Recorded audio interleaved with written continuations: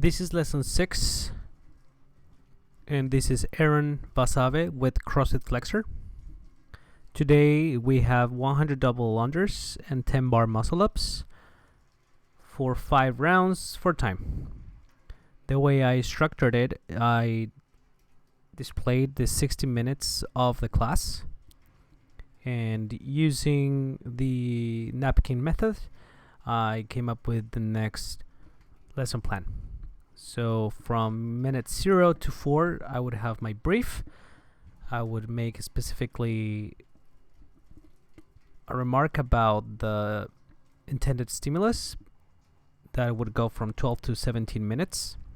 Experienced athletes should try to hit 50 or more double unders, and intermediate and new athletes should attempt to get rhythm within the double unders. As well, not displayed here, but I would encourage athletes who do not have bar muscle ups to try on 2 specific types of progressions. The first one would be a low bar and a high bar. Then we will move on to the general warm-up. I would want athletes to move with rhythm, but at the same time start warming up and see injuries and ranges of motion that are limited and people who are experienced with these movements. So I would warm them up in 7 minutes with 2 rounds of 30 single unders and 10 ring rows, depending on the amount of athletes that are on the class. Then moving on to the bar muscle up specific warm-up, I would first start with a low bar and then with a high bar with boxes. As well, try to push them to do 5 reps per athlete and encourage those who are on the edge of having muscle ups without the box to do it with a band.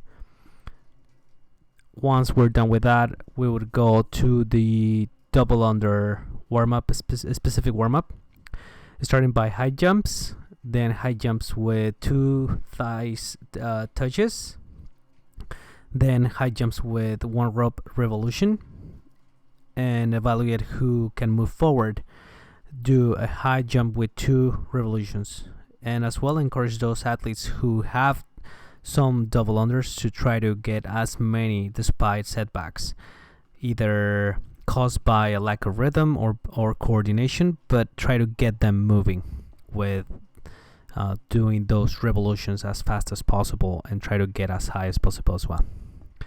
After spending 30 minutes on the bar muscle up specific warm-up and 10 minutes on the double under specific warm-up, I would send them 2 minutes to the bathroom and I would start the workout. This workout would last about 17 minutes, but I'm giving a 2 to 3 minute buffer. So the time for the workout would be about 20 minutes on the clock.